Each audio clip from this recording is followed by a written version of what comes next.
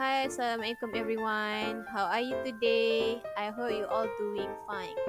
For today is about conclusion ascending and descending order.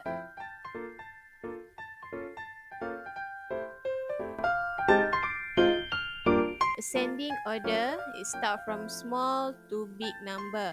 For example, a bunny want to collect carrot. Let's count together. 1, 2, 3, 4, 5, 6. Ascending order means to arrange them from smallest to largest. Continue to descending order. A bunny wants to go home.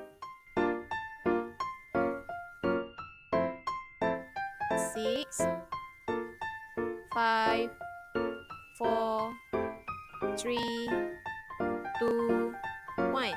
Descending order means to arrange them from largest to smallest. In conclusion, remember, ascending order from small to big.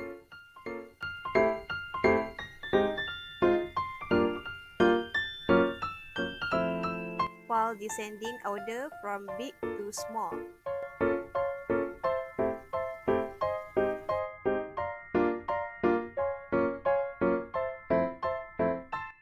Okay, that's it for today. See you next class. Thank you.